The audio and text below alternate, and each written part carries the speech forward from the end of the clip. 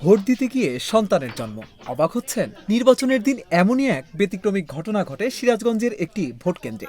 লাইনে দাঁড়িয়ে থাকা অবস্থায় প্রসব বেদনায় কাতর হয়ে পড়েন আম্বিয়া বেগম নামের এক গর্ভবতী নারী। উপস্থিত নারীদের সহায়তায় ভোট কেন্দ্রের একটি কক্ষেই জন্ম নেয় কন্যা শিশু। পরে পরিবারের ভালোবাসা আর বিশ্বাসের জায়গা থেকে নবজাতকের নাম রাখা হয় খালেদা। তারেক রহমান এবং খালেদা থেকে ভালোবাসে অত্যন্ত। তাদের সাথে ভোট দিতে গিয়ে তিনি প্রসব ব্যথা ওঠে, ওই ক্যান্ডি ডেলিভারি হয় এবং কন্যা সন্তান জন্ম নেয়। প্রসব ব্যথা ওঠা ভাব দেহেও আমরা নিয়ে যাওয়া বা দেখে ভোট দেওয়ার পর তার ওখানে প্রচুর বেদনা ওঠে, তখন তাকে আমরা দেখুন রুমে নিয়ে আমরা তাকে প্রসবের বাচ্চা সেখানে একটু আমরা মেয়ের সন্তান পাই, তার নাম আমরা আনন্দ বিষয় খালেদা জিয়া নাম থেকে।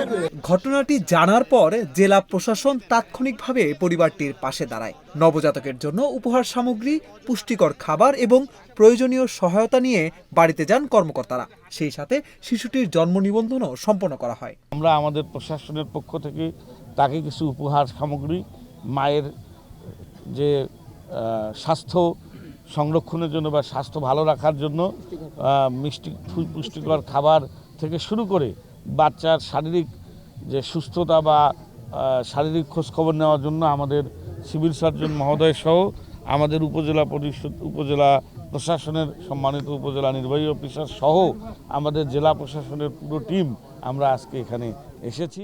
নির্বাচনের উত্তেজনার মাঝেই জন্ম নেওয়া এই শিশু এখন একটি মানবিক গল্পের অংশ।